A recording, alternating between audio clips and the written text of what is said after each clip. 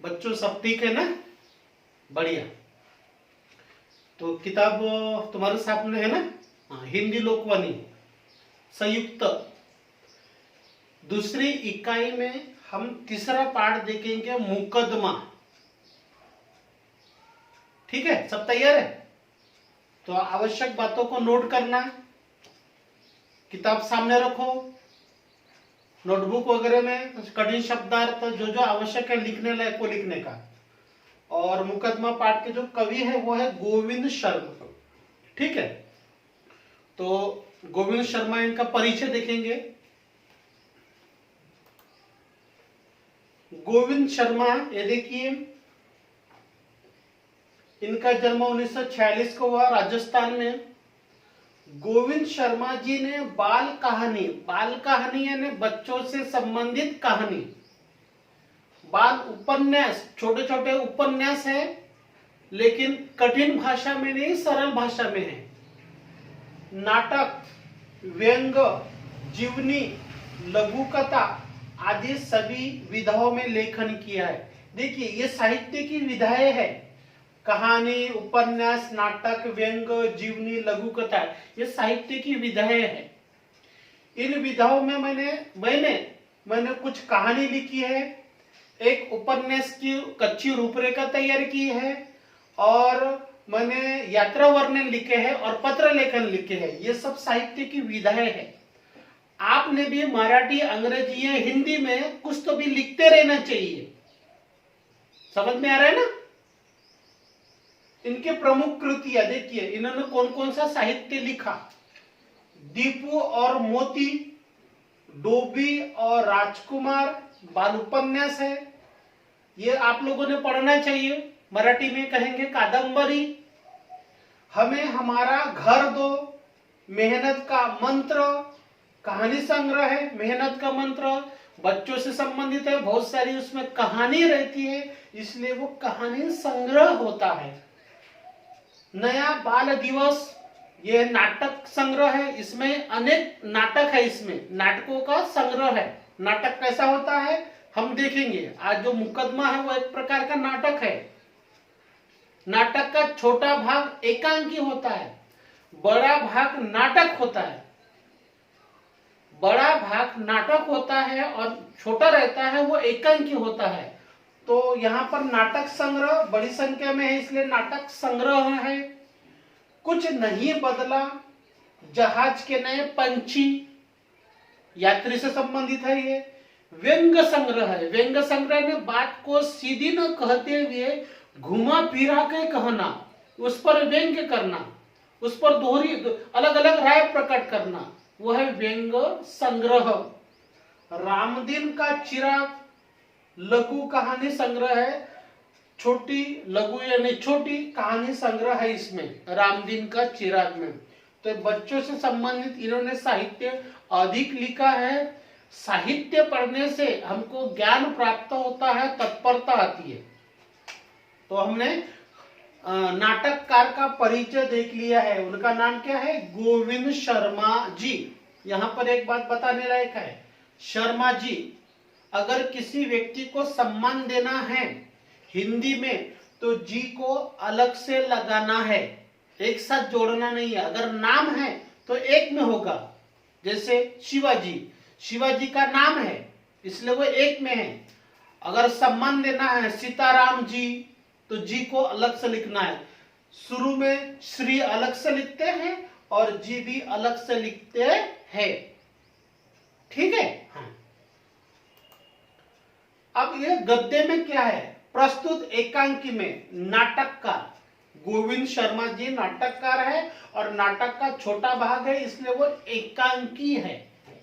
एकांकी ने जल एवं वायु प्रदूषण पर प्रकाश डाला है। जल एवं वायु प्रदूषण, जल एवं वायु प्रदूषण पर प्रकाश डाला है।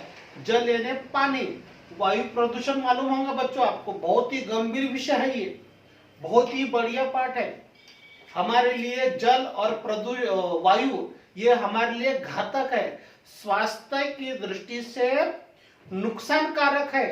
तो कवि ने इस पर, अपना नाटककार ने इस पर लेखनी चलाई कि यह गंभीर विषय है, सभी लोगों ने इस पर ध्यान देना ही चाहिए।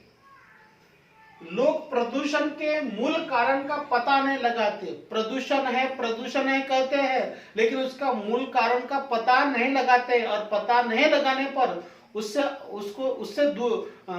उनको दूर भी करना चाहिए। जो नहीं करते वे केवल दूसरों पर दोषारोपण करते हैं। प्रदूषण इसके वजह से होता है, उसके वजह से होता है, लेकिन अपनी भी जिम्मेदारी है, ये लोगों को मालूम नहीं रहता। लेखक का कहना है कि गोविंद शर्मा जी का कहना है कि प्रदूषण का मूल कारण मानव ही है। मानव के वजह से ही प्रदूषण होता है। अतः हमें प्रदूषण को समाप्त करने हेतु आवश्यक कदम उठाने की आवश्यकता है। अंत में कवि कहते हैं, नाटककार क्या कहते हैं शर्मा जी, कि प्रदूषण का मुख्य कारण मानव है और मानव ने योग्य कदम उठाना ही चाहिए, नहीं तो आने वाले समय में हमको अनेक दिक्कतें का सामना करना पड़ सकता है। ऐसा संदेश नाटककार इस एकांकी के माध्यम से जनता को, विद्यार्थी को, समाज को दे रहा है। सब तैयार है फिर? तो बहुत कुछ सीखने का मिलेगा इस पाठ में। चलो देखते हैं। ये देखिए बच्चों, मैंने इस पाठ में 4 पद्यांश लिया है। 4 पद्यांश है। नहीं, थोड़ा हमारा गलत हो गया यहाँ पर अभी मेरे ध्यान में आ गया, यहाँ पर पद्यांश नहीं चाहिए, यहाँ पर गद्यांश चाहिए। सभी विद्यार्थी नोट करेंगे, यहाँ पर पद्यांश नहीं चाहिए, यहाँ पर गद्यांश चाहिए। पद्यांश यानी पद्य का अंश, कविता नहीं है, यह गद्य का भाग है। तो वो मैंने दूसरी पीपीटी से मैंने यहाँ पर ले लिया, अभी मेरे ध्यान में आ गया। तो चलो हम करेक्शन कर लेते हैं। तो यहाँ पर गद्यांश चाहिए। तो 4 प्रकार के गद्यांश है। हम 2 वीडियो बनाएंगे। पहले वीडियो में 2 गद्यांश रहेंगे और दूसरे वीडियो में 2 गद्यांश रहेंगे। तो देखिए, किताब तुम्हारे सामने होना चाहिए, पहले किताबें पढ़ लेने का, उसके बाद में ये वीडियो देखने का। तो महाराज, मंत्री जी, शिकायत करने वाले लोग आ गए हैं। महाराज ने मंत्री से, दरबार लगा हुआ है, देखिए इस तरह से होता है नाटक, ध्यान दो। मंत्री जी, शिकायत करने वाले लोग आ गए हैं। मंत्री खड़े होते हुए, हाँ महाराज आ गए हैं। जिनके बारे में शिकायत आई है, क्या उन लोगों को भी यहाँ बुला लिया गया है? हाँ महाराज, आज सब शिकायतें हवा और पानी के बारे में है, वे पास के कमरे में बैठे हैं। देखिए, जिन्होंने शिकायत किया वो भी आए हैं और जिनके बारे में शिकायत की गई है वो भी है। महाराज, ठीक है, मुकदमे की कार्यवाही शुरू करें। पहले पानी को बुलाया जाए।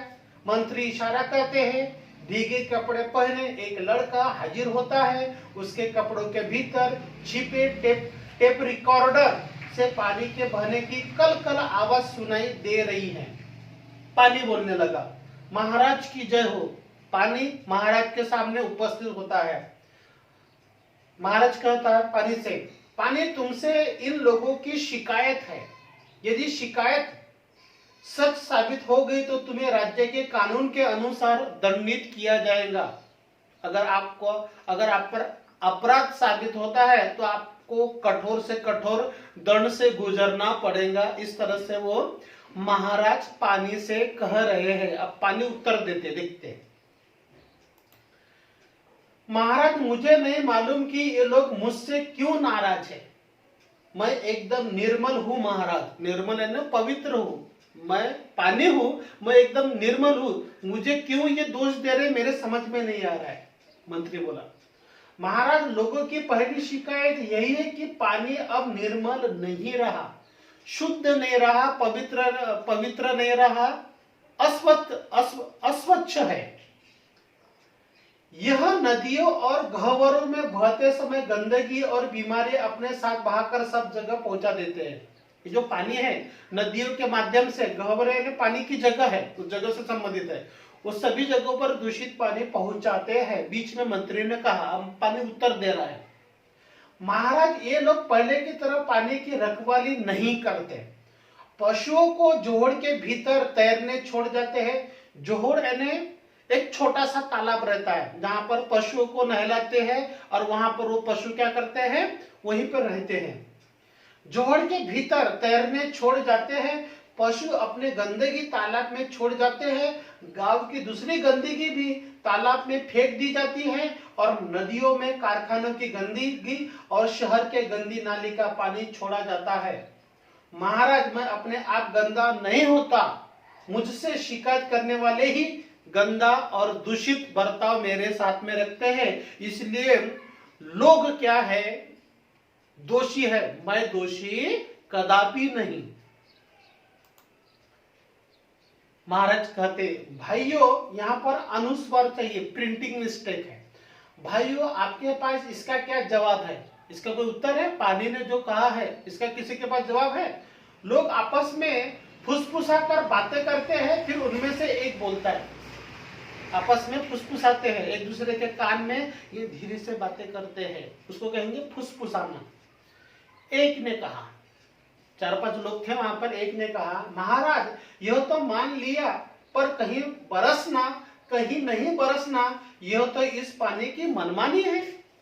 एक आदमी ने कहा यह पानी का दोष है, कहीं बरसता है कहीं बरसता नहीं, कहीं पर बारिश होती है कहीं पे बारिश नहीं होती है, कहीं पर बादल उमड़ उमड़ कर आते हैं तो कहीं पर नहीं आते, ये पानी का दोष है महाराज।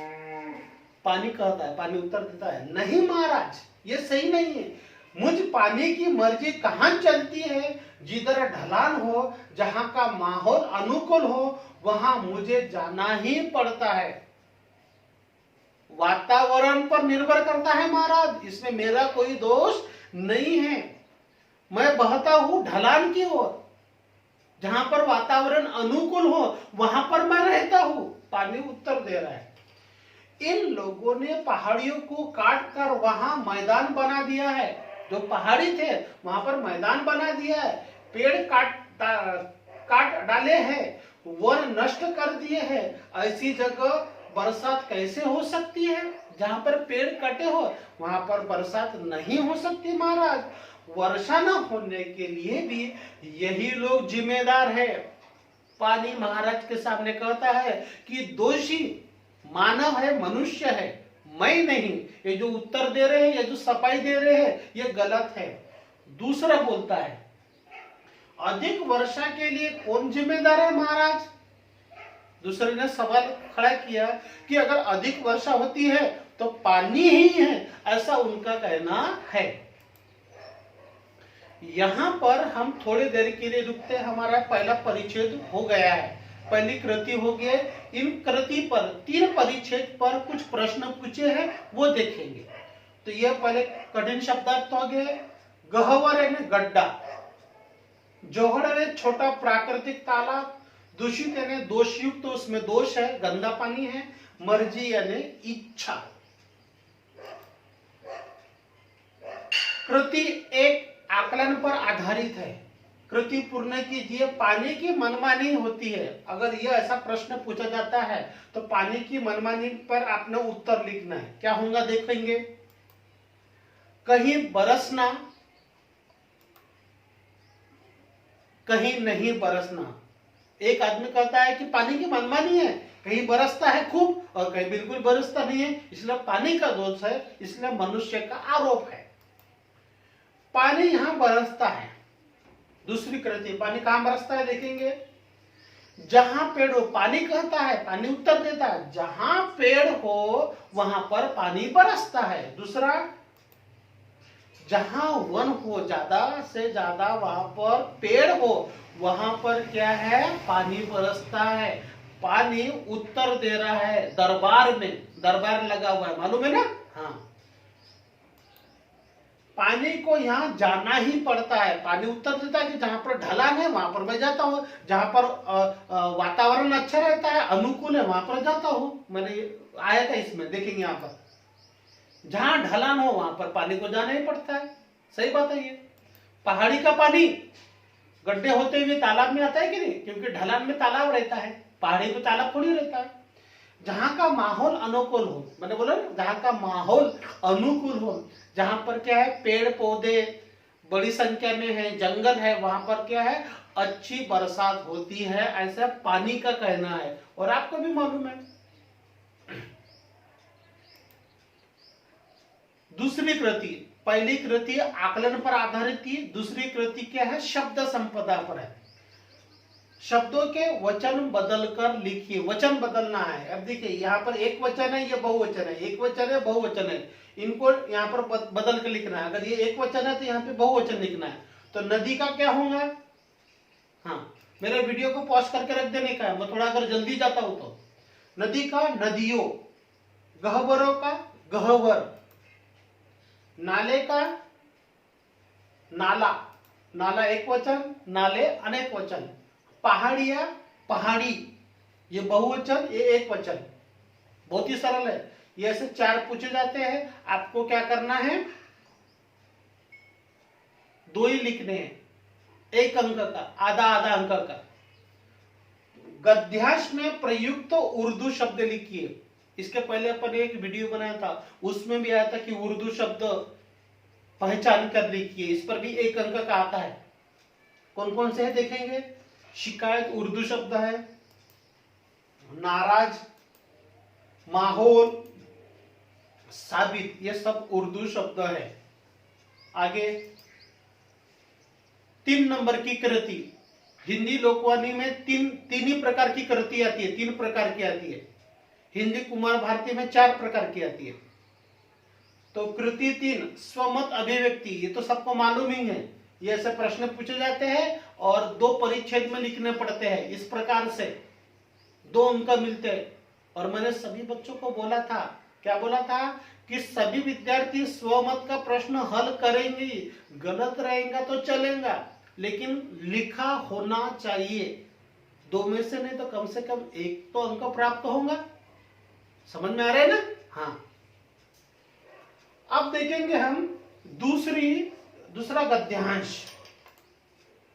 हाँ, ये पद्यांश गलती है, गद्यांश है, हाँ? दूसरा गद्यांश, इस प्रकार का प्रश्न पूछा जाता है।